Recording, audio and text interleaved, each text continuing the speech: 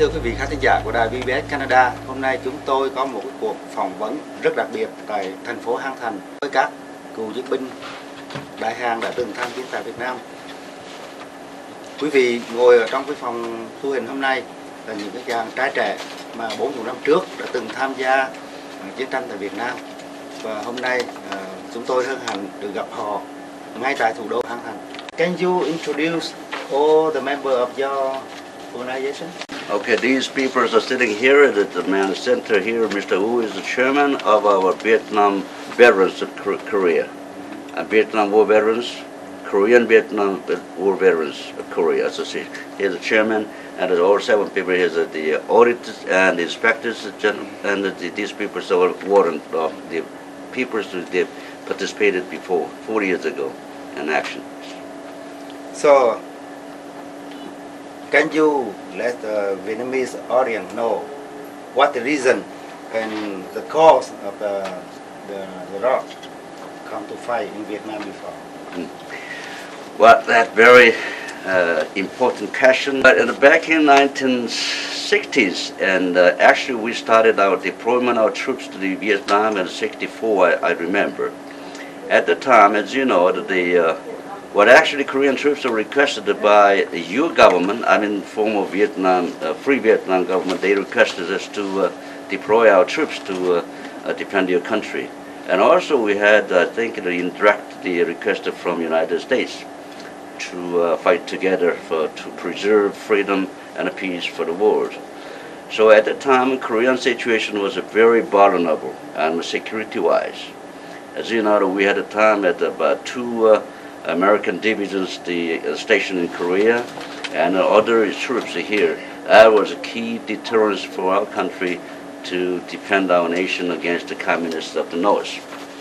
So at the time, if we didn't deploy our troops to Vietnam, then no choice for the United States. They have to put out their troops from our country, their station. That makes us a real serious problem. And then second, we are the member of the nation in the world that we have to protect our allied nation, the Free Vietnam, at that time. That was our obligation to protect our friendly nation, Vietnam. So our president, he decided to deploy our troops, and to strengthen the relationship, historic relationship with the United States, especially, also Vietnam too. So that was the main reason why we had to be there to participate in the Vietnam War. I would say this was the reason why. Second question, I don't know who will answer, but my question is that when the South Vietnam was overrun by the communist force, what kind of emotions you guys feeling in that time? Okay, I think the chairman will answer the question that I better translate into Korean, okay? Yeah. 그 자유월남이 패망할 그 당시에 한국 사람으로서의 그때 느낌이 어떠셨나 하는 그런 질문을.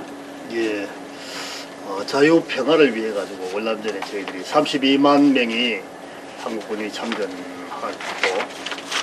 정말 열심히 우리 전투를 하고 싸웠는데 자유우방국 월남이 패망했다고 소리 들으니까 정말 그 가슴이 찢어진 것 같은 그런 감정을 느꼈고 상당히 참 마음이 아팠는데 한편으로 우리가 생각을 해보면은 월명은 그 공산주의 교육을 많이 시켜가지고 간첩을 많이 침투시키고 또 사상 교육을 많이 해가지고 모장이 되어 있는데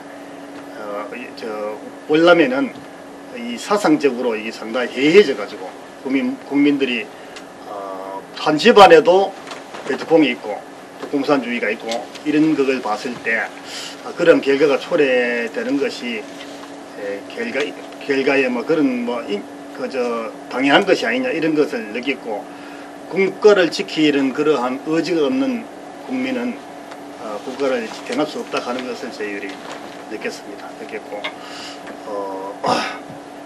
그 월명에서는 간첩을 많이 침투시켜 가지고 요소에 정부 요로에 참 군이라든지 또한 정부 부처에 많은 그러한 사람들을 심어놨고 월명은 뭐 그런 것이 없고 부패가 만연해 가지고 결과적으로 그러한 것이 되었다 미국이라든지 우방국이 아무리 도와도 뭐 그러한 것은 결과가 뻔한 일이었다 이런 생각하면서 그러나 우방국인 한국으로서 상당히 가슴 아팠다 이런 것을 말씀드릴 수 있겠습니다.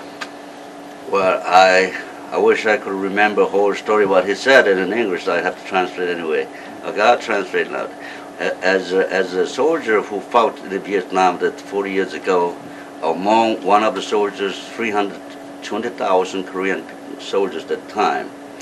So as a soldier, when I heard that news that the free Vietnam we protected fell unto the North Vietnam communists, I was very, very saddened, exceedingly saddened by the news.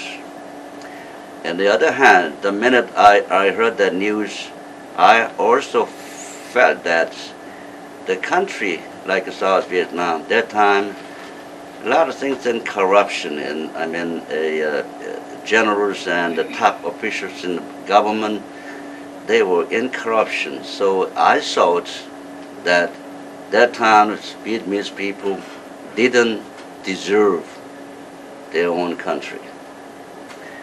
So what he felt that he said, while Vietnam, South Vietnam was in this kind of corruption, North Vietnam, they trained very hard training their communist troops, and then they let them go inside, but deeply inside the South Vietnam government, and all spies that are looted in every corner of the government. So let them demonstrate against the South Vietnam government to overthrow that free nation.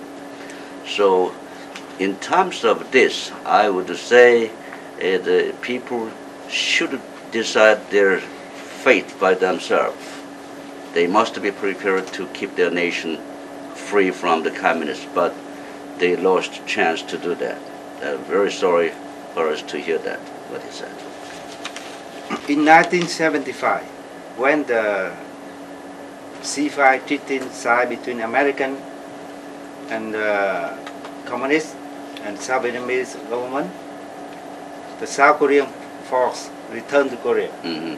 When you return, how the people in Korea treating you, and how you return to civilian life? 3번 이제 얘기하세요. 한국말로. 우리가 이제 군 복무 기간 월남에서 이제 군 복무를 가지고 지금 한국에 귀국한 사람들은 지금 현재 그 당시에 또 각 야부대로 들어가서 복무 기간을 마치고 또 이제 제대하는 사람들도 있었고 월남에 갔다 왔을 때 우리는 한국에서 굉장히 환영받고 한국 국민으로부터 환영을 받고 참 좋았습니다. 근데 지금 현재 와서 우리가 고엽제 환자로서 많이 고통을 받고 있습니다. Okay, this is a translation of what he said.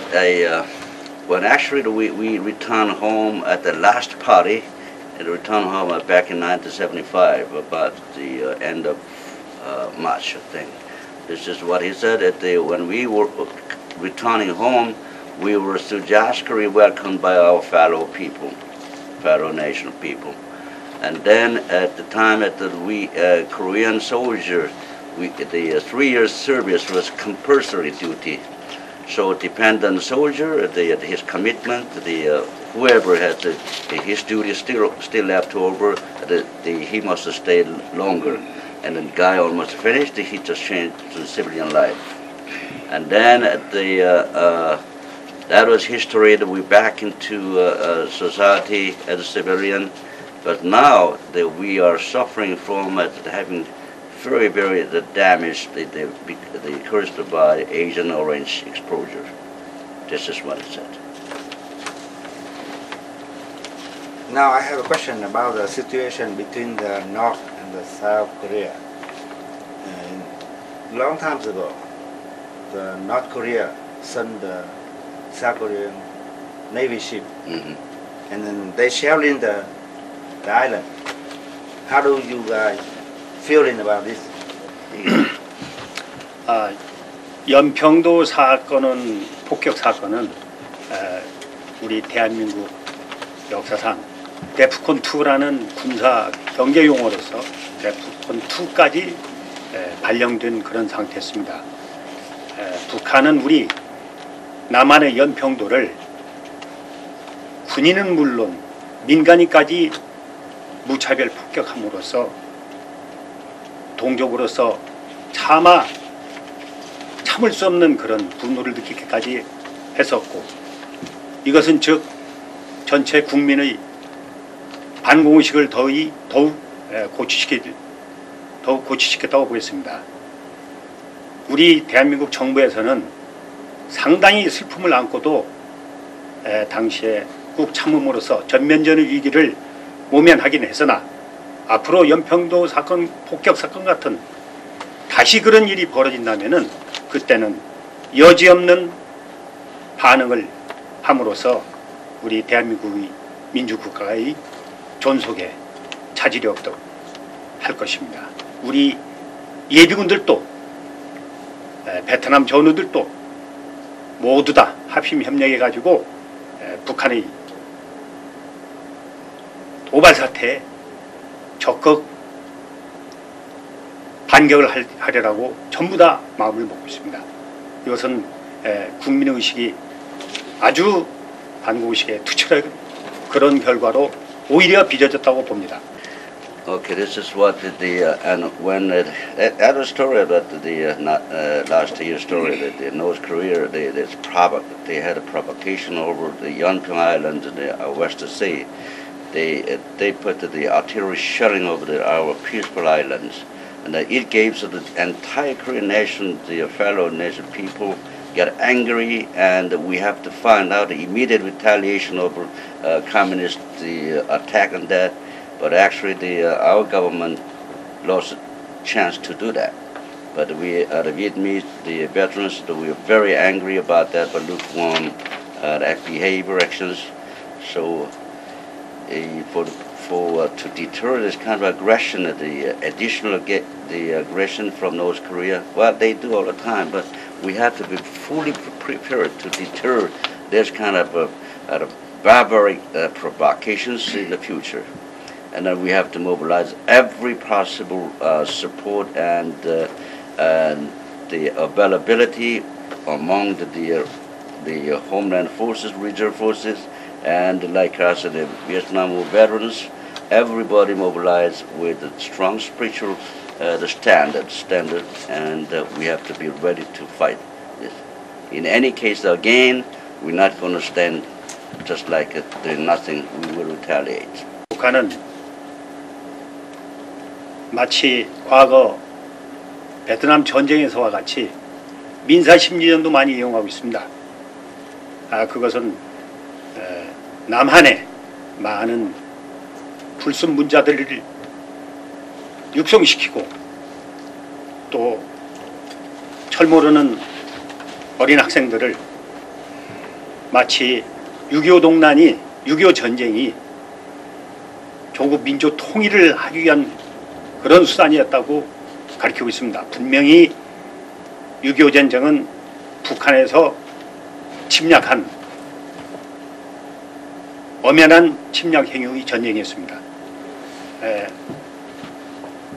과거에 대한항공 칼리 폭파 사건이나 버마 아웅산 사건의 그런 것들을 볼 때 한없이 도발의식과 또 우리 자라나는 그런 또 무식한 일부 국민들을 선동을 해가지고 체제 전복을 하려고 하나 그들은 오히려 자기네들의 체제를 3대 세습을 계승시키기 위한 그런 상태라고 보겠습니다.